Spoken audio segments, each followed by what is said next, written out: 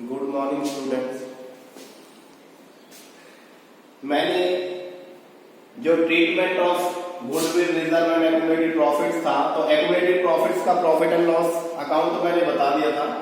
Accumulated profits का next topic आता है वर्कमैन कंपनसेशन फंड या रिजर्व। ये वर्कमैन कंपनसेशन फंड या रिजर्व इस पर्पज के लिए बनाया जाता है यदि कोई एम्प्लॉइज का किसी प्रकार का नुकसान, किसी का हाथ कट जाए, पैर कट जाए, किसी प्रकार की कोई क्षति अगर उन्हें होती है तो उसमें कंपनसेशन देने के लिए इस फंड को बनाया जाता था। वहां से इस फंड को दे दिया जाता है। तो इसके पीछे लायबिलिटीज भी होती है, और लायबिलिटीज जब होती है यदि किसी एम्प्लॉय को किसी प्रकार से कोई नुकसान होता है तो लायबिलिटीज होती है, वरना ये फंड ही बना रहता है और ये फंड को पार्टनर्स आपस में डिस्ट्रीब्यूट कर देते हैं। तो ये फंड आपको 4 तरीके से दिया होगा। इसके पीछे लायबिलिटीज दे रखी है, नहीं दे रखी, कभी लायबिलिटीज ज्यादा हो जाती है, कभी कम रह जाती है। इसके पूरे टॉपिक से मैं आपको डिटेल से बताता हूँ। ये 4 केस होते हैं। केस नंबर फर्स्ट केस में क्या है कि अगर वर्कमैन कंपनसेशन फंड या रिजर्व बनाया हुआ है और किसी प्रकार की कोई लायबिलिटीज नहीं होती, तो सारे का सारा पैसा मालिकों का होता है, पार्टनर्स आपस में डिस्ट्रीब्यूट कर लेते हैं। पार्टनर्स मानते हैं, पार्टनर डिस्ट्रीब्यूटेड, और किस रेशो में? Hold ratio.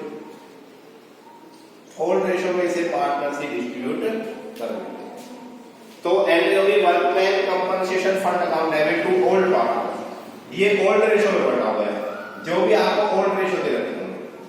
तो इस तरीके से करते हैं। अगर वर्कमैन कंपनसेशन फंड के पीछे कोई वर्कमैन कंपनसेशन लायबिलिटीज ना दे रखी हो तो सारे के सारे जितना भी फंड हमें दे रखा है, मान लो फंड हमें 60,000 रुपए दे रखा है, तो 60,000 के 60,000 को पार्टनर्स में आपस में डिस्ट्रीब्यूट कर दिया जाए। पहला टॉपिक ये होता है। सेकंड टॉपिक है, ये फर्स्ट टॉपिक है, इसके बाद सेकंड टॉपिक बनता है ये, अगर workman compensation fund is equal to workman compensation liabilities. मान लो वर्कमैन कंपनसेशन फंड हमारा 60,000 का है और वर्कमैन कंपनसेशन लायबिलिटीज जो वर्कर्स को क्षतिपूर्ति हुई वो भी 60,000 रुपए की है। तो हम क्या करते हैं, सारा पैसा वर्कमैन कंपनसेशन फंड का सारा पैसा वर्कमैन कंपनसेशन लायबिलिटीज के लिए रख लेते हैं, पार्टनर्स में कुछ भी नहीं बांटते। आप इसे बोलोगे provision for workman compensation liabilities. तो and workman compensation reserve account debit to provision for workman compensation liabilities. 60,000 का 60,000 बिना पार्टनर में डिस्ट्रीब्यूट किए किसको दे दिया जाएगा?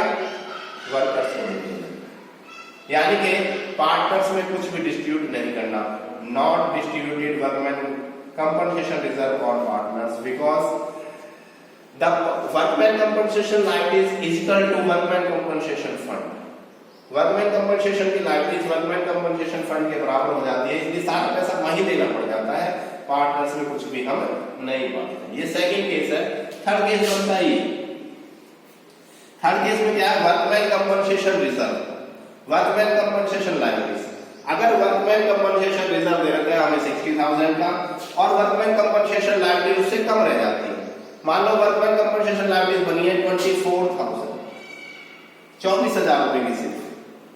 तो हम क्या करते हैं, जितना वर्कमैन कंपनसेशन फंड है हमारे पास उसमें से 24,000 की लायबिलिटी हम दे देते हैं, बचा हुआ 36,000 किसमें बांट दिया जाएगा?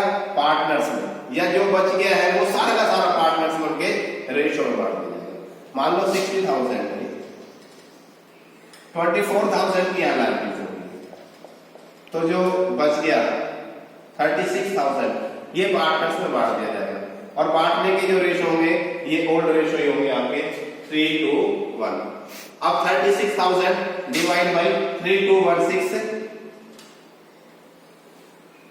इनटू में, तो ये हो गया आपका डिवाइड 6 3 जा 18, 6 3 जा 18, फिर 2 से 12,000 और फिर 1 से 6,000। इस तरीके से पार्टनर्स में बचा हुआ प्रॉफिट वापस बांट दिया।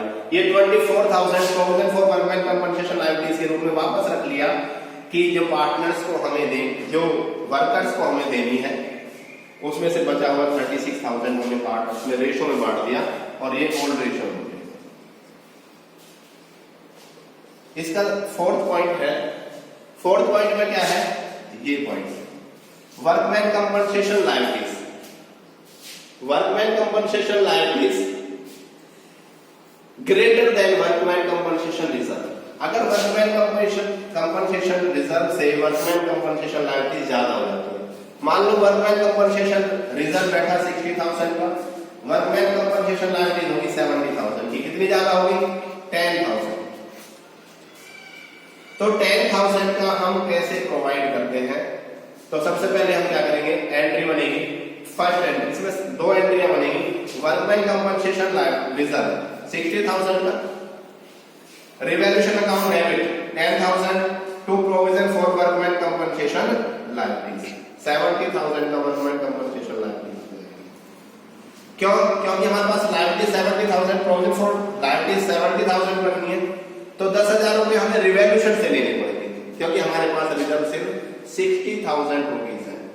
और 10,000 में एक तरीके से पार्टनर्स को लॉस हो गया, तो लॉस की तरह पार्टनर्स ऊपर आ जाएंगे, डेबिट में पार्टनर्स हो जाएंगे, और ओल्ड रेशियो में उसे डिस्ट्रीब्यूट कर देते हैं।